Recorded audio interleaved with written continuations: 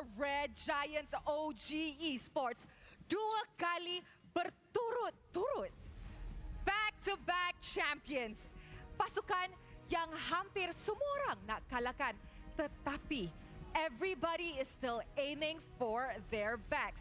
Sejak musim ke-13, mereka terus mencipta rekod demi rekod. Grand Finals ini, mampukah mereka mencipta sejarah sekali lagi? Selangor Red Giants OG Esports, are you guys ready for your third P championship? Wow, Rose. Once again, standing right on this stage over here. Can you guys feel the heat? Can you guys feel the energy? Pancaragam di belah sana, semua dah bersedia. Tapi, adakah korang bersedia? Dua pasukan terhebat kini bersedia untuk bertarung dalam satu siri Best of 7. Semua datang dengan satu impian, dengan satu kejuaraan untuk pulang dengan satu trofi. And with that, yes, ladies and gentlemen, the battleground has been drawn and the players are locked in. Halo, itu loh, muncul kan? Ini bukan benar guys, benar. Kok nggak muncul ya guys ya? Sininya nggak muncul guys. Iya. Nggak muncul chat tapi guys. Begins our final series of the season to determine who is the best. SRG OG Esports has decided on first pick selection with a whopping 81% win rate. I mean, again, Arcadia loves that first pick, man. He loves it. Yeah, absolutely loves it. And I think this time around, he might have a power pick that Homeboys will have to think around. And this is where we pivot to look at Coach Erfang and Jespen. What trades are they willing to make? We've seen them initiate a lot of those barter in phase number 1. Most of it have come out on Coach Arcadia's side, despite people saying that red side you have 2 power positions, but then blue 4 or 5 a lot of times can throw a red side plans in the second phase. So when we enter the drafting phase, I'm looking at that Loyi is banned up by Arcadia, and I like it already. Right on the dot. He's not going to let the Prince of Mages get away with it any longer. But he's also pairing up with the Badang. Erfang on the opposite side, with the help of Jesven, has decided on the Fanny as their very first ban on the red side, second pick this time round. Does that mean that Coach Arcadia is noticing, maybe I can get away? Oh, I was about to say Joy. Yeah. Jesven's like, nah. I feel like in general, like every single tournament that I see, this Badang is starting to be the playmaker. Like he is the new Cho, the new Gato. Like every single format, there's going to be one you're not the tankiest, but you still cause problems. I feel like Badang is that new age Cho. The Loyi ban, dude, that's just full on respect. Izanami did too much yesterday. Yeah, the 2 games, the game 1 and 3 that he won were on Loyi, and only then DXS were willing to ban that Loyi in game 5. I think we're looking at Baxia, right? It's a hero that Gideon brought out very, very often. Is Baxia going to make it to the pool? That chip ban from SRG OG, I can totally understand it. You want to remove 2 of the heroes that have global presence. If you are willing to remove Loyi, you might as well cover your bases with a chip. I feel like right now, Coach Arcadia is telling Erfang as well as Jespen, hey, we take away the meta picks, let's force you back onto something normal, let's stick to the meta, because it's really going to test the players more than the draft itself. Looking at the draft, it does look like SRG, they're telling Homeboys, you have to play honest. Yeah. No global shenanigans, and this Badang can interrupt the team fight. So it's basically the SRG telling Homeboys, I want you to play fair. Yeah. Mel QT did say in the earlier clip that SRG ini loh muncul loh. Halo guys. The strongest boss in a video game, you have to look at basics. You have to look at kita muncul ya kalian guys. Beri lihat wajahnya, kasih tahu guys. Siapa nih Rido nih? He's posing the question. You want the Kalia? Because I know you like it, but Baxia is available. I think this time round, it's between the top 3, right? The Baxia, the Kalia as well. Whichever you take, you will have counterplay towards it. Now the Kalia gets locked in here, which begs the question whether Homeboys want to actually get double counter picks in this particular case, where they can go for Gato and throw it into the EXP lane, or even Baxia. Yeah, that's the problem here, because I kind of feel like if Homeboys, they should pick up their front line first, but if they do, then there's just ways for SRG to fight against that, right? And in terms of priority, does Homeboys want to get that Jushin, where, like you said, Husky yesterday is amazing on that hero. But they have not shown Jushin in the first 2 picks, and I think that's a pattern that I think Homeboys have yet to really lean into. This first pick could be a Harif angle as well. They did do it, I think, once yesterday, when Melky gets access to the Harif. Usually, they are willing to give it to him in the opening sequence, regardless of the results. But I was also thinking of this 1-1 just because the Fredrin is available. And remember, in phase 1, SRG OG are willing to ban 1-1 so that they could also play Fredrin. This solves that problem. Honestly, this is a way for you to actually deal with Cram. Because Cram, if you do want to play a front line, your problem isn't going to be Phil, it's actually going to be Melcutie. So maybe this is, in a way, trying to actually deal with Cram just indirectly. Yeah, this is what I was worried about, right? It was either they were going to try and put Cram on something to deal with 1-1 or pose other threats. And I think the Hayabusa definitely came into mind, even in case Jushin did show up. Ayo lah, kita nonton lah, belum rumah. The Hayabusa with some Ada extra sabar burst gua, in ada that sabar burst as well, apaan? a classic combination with Kalia. This is scary, honestly, very scary. It is very scary, but do remember the Link is also in the equation, right? How daring is Erpang and Jespen willing to go? How far are they willing to push it and tell Aimao, hey, you know what, do you want to play that Link? We can still flex this box here, right? Yep. It's open for both Roam and XP, so there's nothing that's hindering Homeboys yet for this box here pick. They could consider a glue for themselves as well, the Lucas, but I feel like this Lucas might not be what they're looking for right now in the first phase. Could be, could be. It's a difficult case here.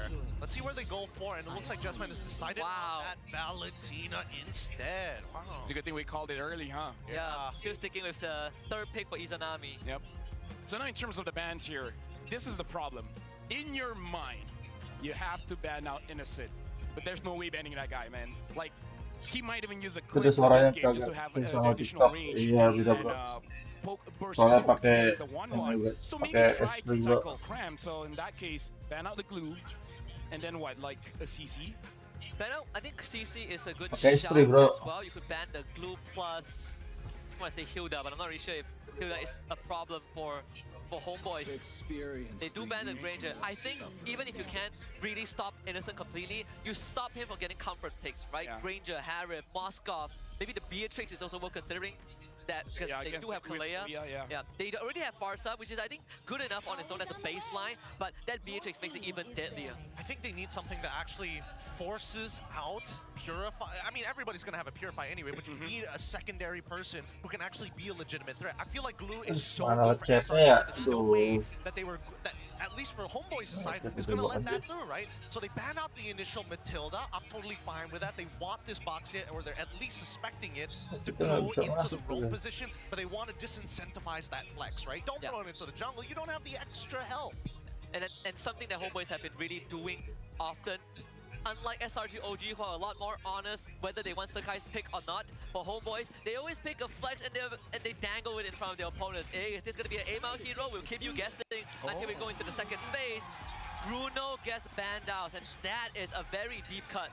Yeah, so it looks like you said, like trying to prevent. I mean, I did say burst, and both Granger as well as Bruno do a lot of bursts against the 1-1, and honestly pretty good against the Baxia. So this comes to the question, right?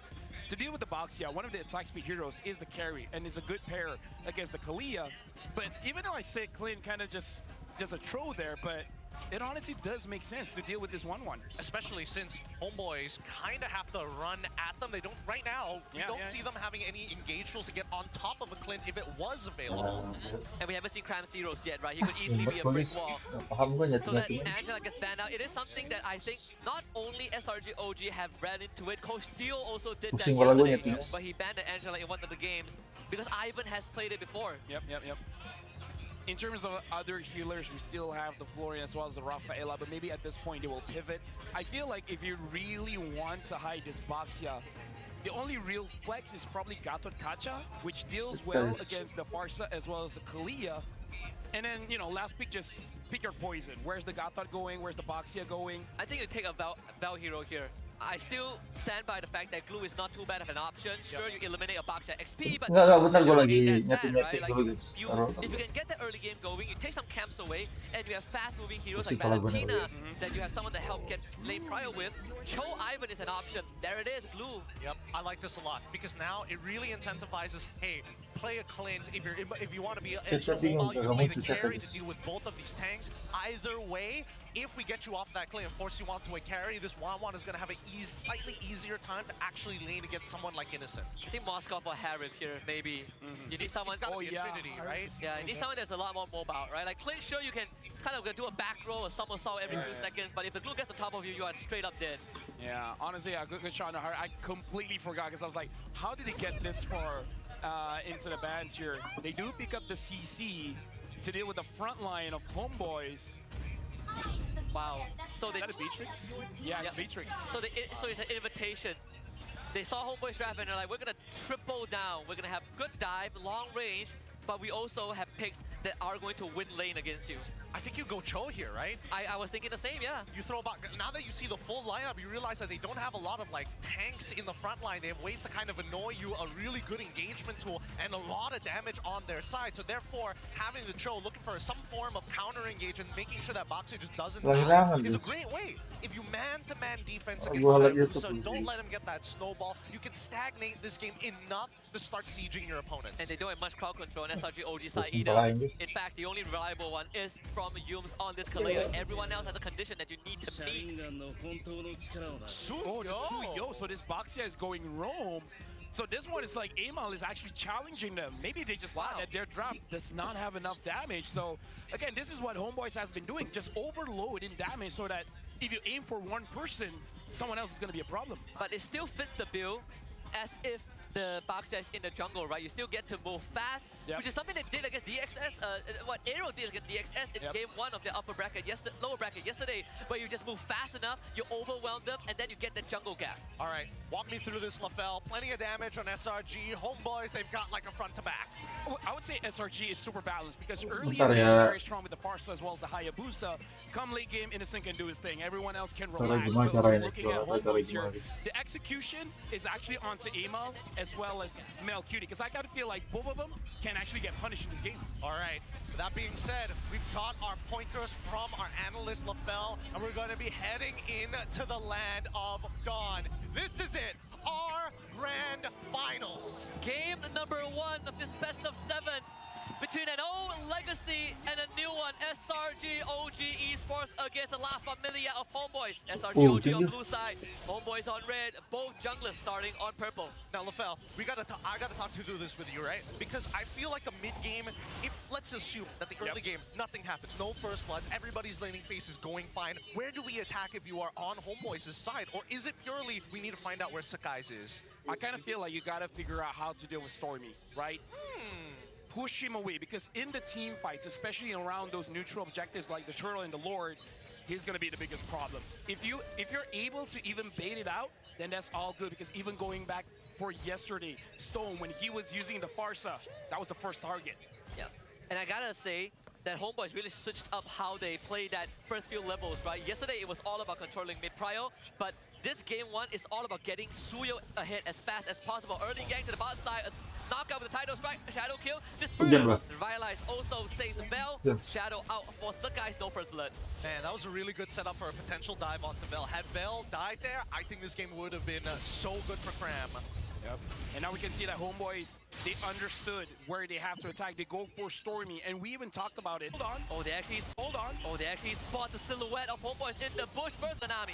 Hey, you know what? That's amazing, man. Like, getting the kills that you can. And the fact that Amal was a part of it, that's going to scale up. Now, here's the thing. Both teams, we can see the pattern. Homeboys, attack mid. SRGOG, make sure that Cram wins the lane. Because if Bell can't handle Cram, nothing that Homeboys can do. So, SRGOG, they understand their own win condition.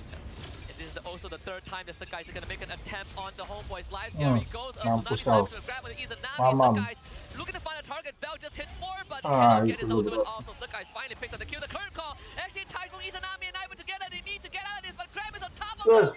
And Yums finds a second number 3 for Stormy. What a fake out here. What a fake out. We see the initial engagement with the Tsunami Slam from Yums. Where is he pulling his targets to? And more importantly, it's Izanami who's like, hey, I'm gonna pull you back into my team. Yums hasn't even hit 4 at that point of time. But SRGOG make sure that they keep Cram alive. That vengeance